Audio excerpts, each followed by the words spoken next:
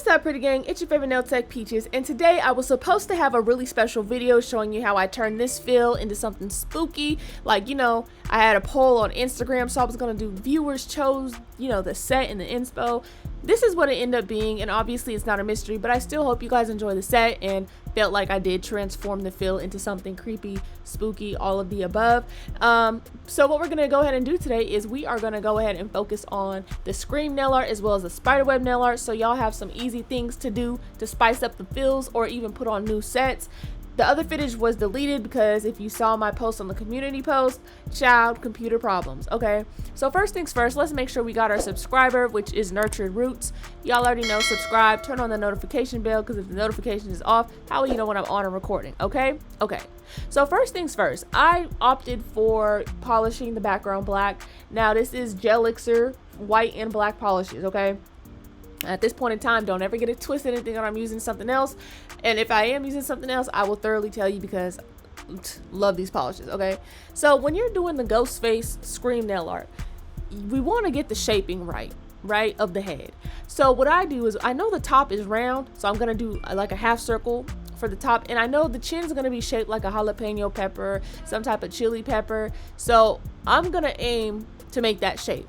Now the thing about it is, I think a lot of people forget the sides are kind of like football shaped because it's kind of like the wrinkling or the frowning, you know, whatever it is around the eyes in a way. And so when I was browsing to see if I wanted to use any like nail inspo to do this, because this was, like I said, this was based on Instagram polls. So basically I just asked people, hey, spooky or girly, you know, bad bitch or nail art, bling or no, you know, questions like that. And so I went ahead and was like, you know what, boom, we're gonna do ghost face.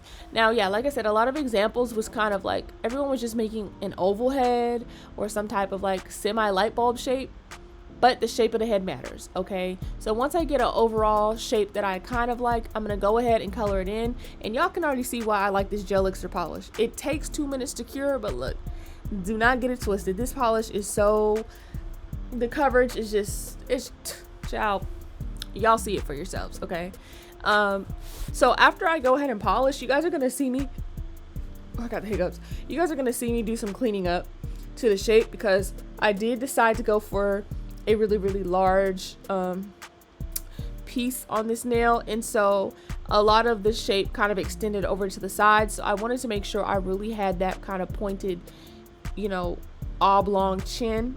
And so I just took my cleanup brush and I made sure that I got the shape correctly, because once again, it's no shade if you know, do the little ghost face as a straight up circle or oval, but I feel like it kind of captures more of the look you're going for when you break stuff down into geometrical shapes. So that's what I do with nail art. I just look to see like, okay, what shapes are we working with here, and then I try and draw based off of that.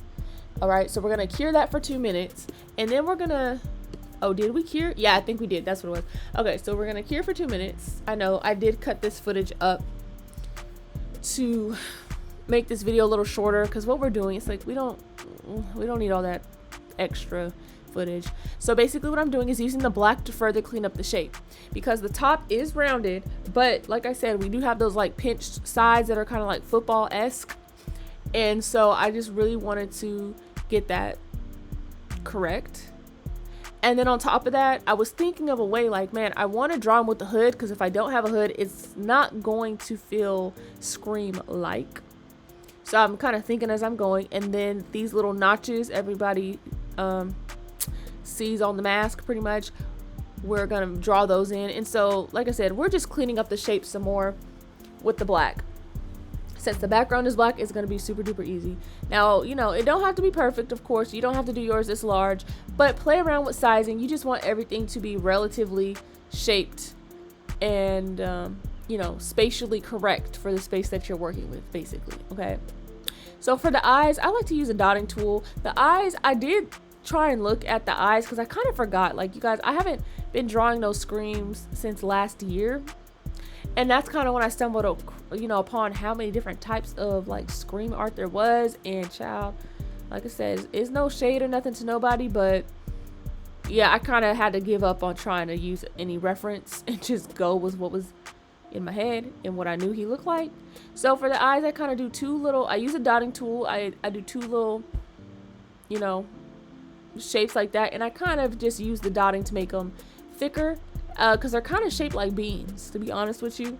And I just do my best to make those even and equal thickness and things like that. It don't have to be necessarily perfect because at the end of the day, this is just like a little mask or whatever. But we do want it to still be pretty accurate. And now that I'm looking, that right eye is very much thicker than the left. But you know what? Sometimes we gotta just work with what we got. And for the nose, it's just like a little triangular shape with a little like heart shape to it in a way. And that's pretty easy. Okay, so for the mouth, boom, literally like an oval oblong type of shape. Don't have to be a perfect oval, just needs to be some sort of oblong shape. You don't want it to be too close to the chin or too close to the nose, so you know, just pay attention to things like that. But do y'all see what I'm saying when I say break down the look into different shapes? And once you factor, okay, what shape is this? So the eyes is kind of shaped like beans, the nose kind of like a, y'all, okay, this dog, she gonna keep barking at everything I do today. I'm starting to get pissed. Okay, I'm trying to have my patience now, but I'm starting to get pissed. So and then the mouth is like another oblong object. So ooh, child, hold on, I need my charger or this ain't gonna work. What am I doing? Okay, so I'm still fixing up the eyes because like I said, you do want everything to try and be sized appropriately for the space that you're working with. And then I'm kind of just darkening up anything that needs some attention. Now for the eyebrows, I went ahead and drew them on. You know what, I try to do stuff in phases and just go ahead and let stuff dry like before I keep adding little stuff. And you can see when I go in and erase, the thing is the white is not cured fully for 2 minutes. So what happens is when something is not fully cured all the way and it's only cured for a couple of seconds, you can have smearing. And so that kind of happened a little bit. Girl, literally, damn. So you might not be able to tell that there was like smearing of the white and black together, like causing a little gray. But in this particular case, I wasn't tripping because I felt like, well, if anything else, it'll cause shadows. And so I I erased the eyebrows and decided, you know what, I want to dry the base first and then I'll go back in with the eyebrows because I did not want to accidentally risk erasing the important stuff that I actually liked the placement of. Okay, so I let that stuff dry for at least 15 seconds so you can keep drawing and nothing will, you know, dramatically smear, nothing like that. And so with the eyebrows, I kind of just drew these little, I don't know, follow the shape of the eyes but not like directly next to the eyes. You get what I'm saying? And don't get so caught up in like, oh, does it or don't it look perfect? You will be here forever. I'll be honest, you will be here forever. And that's sometimes what happens to me. I decided to go ahead and once again delete it. But all in all, it's not as hard as you think, which is probably why a lot of people do it. Just like I said, break everything down into different shapes and just angles, and you will be able to do this. Okay, so there, I think I felt pretty happy with that one. We're gonna see. I think I was probably like, you know what, this is gonna have to be good enough or something. And I really don't know what I'm doing, I'll be honest with you. I'm just looking, fixing things, and I guess I want to darken it up some. And I feel like I'm gonna erase part of it because it is kind of close. Yeah, that's exactly what I'm gonna do because it's kind of close to the you know, the outline. We don't want that. So basically, once you get your face situated, depending on what your background is, you will be done. Because I polished my background black, but then I realized, because I was like, oh, you know, the hood and stuff, but then I realized there's no shape of the hood. So the background is cool, but I was like, I want to do a little something more to like jazz it up. So while that's fully curing, I decided to let it cure the full 2 minutes. I decided like, okay, I want a spider web on this hand.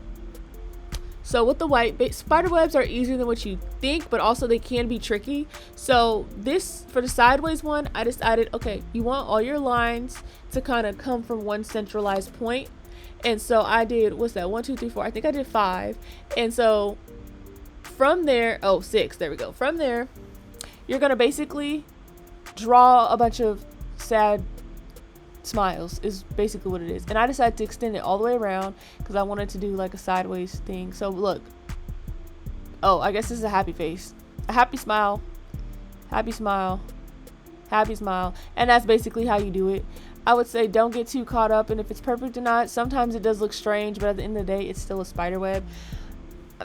You guys, look, I'm not the most like nail tech out there. Okay, so I can't give always the best advice, but I can just tell you what I know and how I think about things. So I really like to make sure that none of them are too close or too far apart, and I feel like this is probably the best spider web that I have done like in my entire life.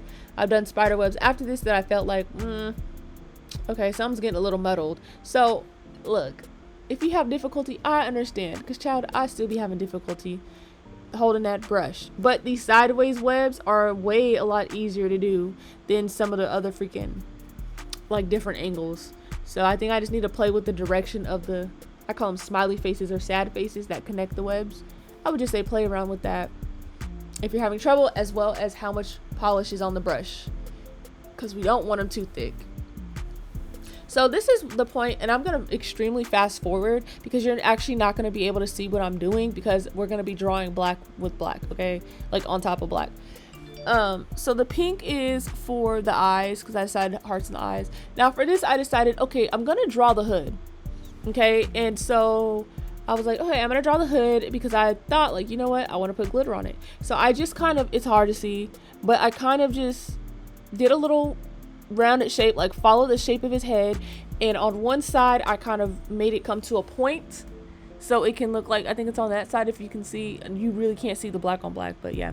And then at the bottom I kind of followed the shape of the chin, so I went straight down and then I kind of pointed it off to follow the chin so that way it can look like the bottom of the coat or whatever that is, I don't know.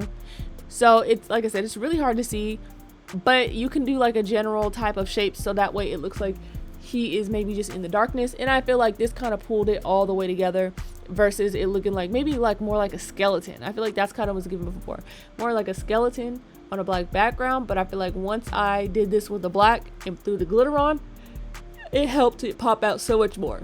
So people always ask me, what is this little thing? This is like a glitter collector. So basically yeah, you put glitter in it, and then you can, there's like 2 little things, so when you use the glitter you don't have to really waste too much and keep pouring glitter out of the container. And yes, I'll be using every ounce, okay? And that's pretty much that. And of course I did experiment with the spider webs, but I didn't like how that came out, so I decided to take all that off and it was just spider webs. But with the heart, you just kind of do like one line one way, one line on the other. Girl, she's really done it for me today. We're at the end of the video anyways, so it kind of really doesn't matter. But the hearts kind of, you know, it give it that little something. I know that's kind of trending right now. I feel like I like the little trend, you know, the killer with the hearts in the eyes, you know, even though he's a killer, but you know, whatever. And so that is basically how I got those 2 designs. I hope you guys enjoyed this video, this set. I apologize it's such a short video, but I got way more content coming for you, and I'll see you in the next one.